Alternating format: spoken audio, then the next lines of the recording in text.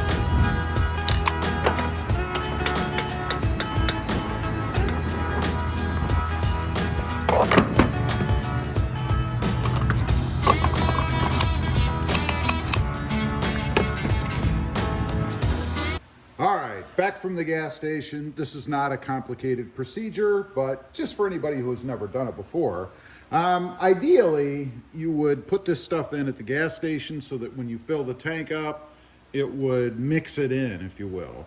But I found with a funnel and everything else and the mess, it's just easier to do it this way, I think. And then we're going to take it for a ride after this, see if I notice any difference immediately. But obviously you want to go ahead and pop the gas cap. And then, I'm just curious, if you look down in there, which I know you guys can't see, sometimes there's a flap. And you have to overcome that flap to get the liquid into the tank, right? That's why I have the long funnel. I don't know if there is one in this or not. Now, we're going to go ahead, just pour it in there. I want to make sure that I'm not spilling all over the place, but here we go. Also, stay back a little bit. It can splash when you're doing this. Obviously, you don't want to splash this stuff in your eyes. And honestly, you don't want to get it on you at all. And you want to keep it off your paint. It does say on the can that it will damage paint, so, or at least take your wax off. So you definitely don't want to do that. Make sure we get it all in there. That's about it. And it's really quite that simple. Now, I'm going to go ahead, get rid of the funnel, get rid of the can. I will read the can or look at the can a little bit for you here in a second, just in case you want to use this particular material. It's called Berryman B12 Chemtool Fuel Injector Cleaner. Not sponsored by these people. Actually, my buddy Randall gave this to me. He uses it in his Gladiator, so I thought I'd give it a try.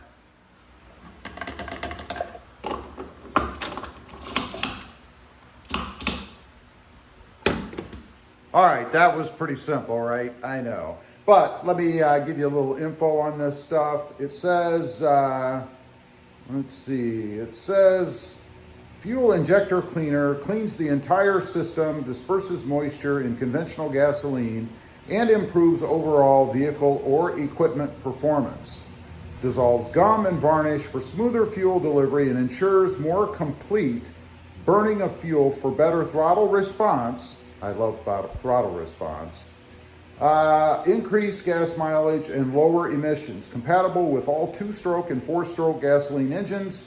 Great for marine applications. Used in small engines after seasonal change, or storage I should say. Safe for use with oxygen sensors and catalytic converters. So it shouldn't cause any issues. Says do not use in diesel engines, removes paint, do not spill on painted surfaces, as I mentioned. Now, directions, Curious about this because, like I said, most of them had said to add this when you're at the gas station. This says, carefully pour entire contents into gas tank and treat up to 21 gallons of gasoline. Let's see, before refueling to ensure proper mixing.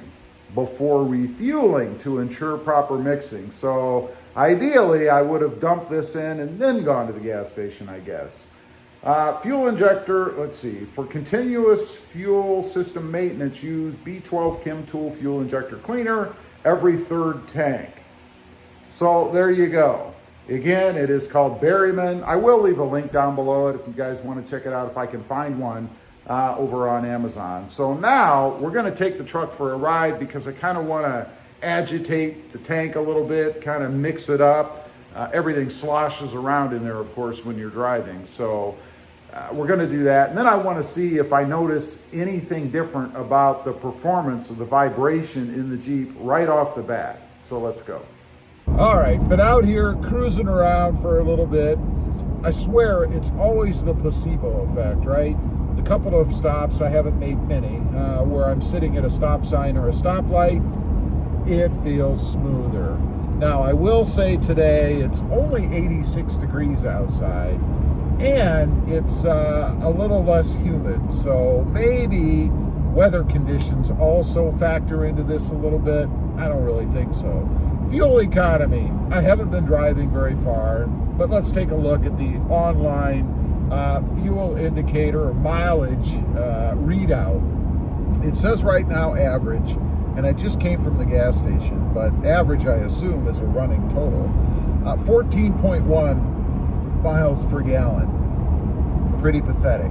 But the current fuel economy as I'm driving at speed, is 22 miles per gallon. For whatever that's worth. I don't know too much.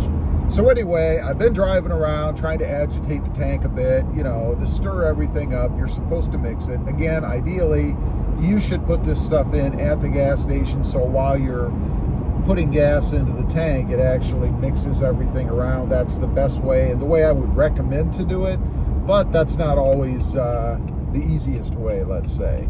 I'm going to drive around a little bit more, and then I'm going to come to a stop. We're stopping right here, so let's see.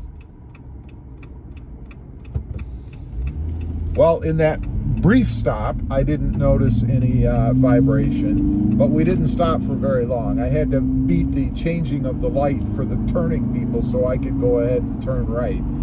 Anyway, let me carry on, and we'll have some final thoughts after I drive for a little bit more. All right, we've driven for probably about half an hour, 45 minutes, something like that. I am stopped. And I swear it's already made a difference. Again, I don't know, it can't be in my head because you can actually feel this, right?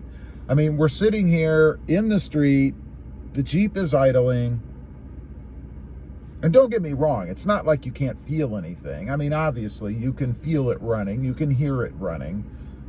But that extra vibration that I get is gone. It's amazing to me.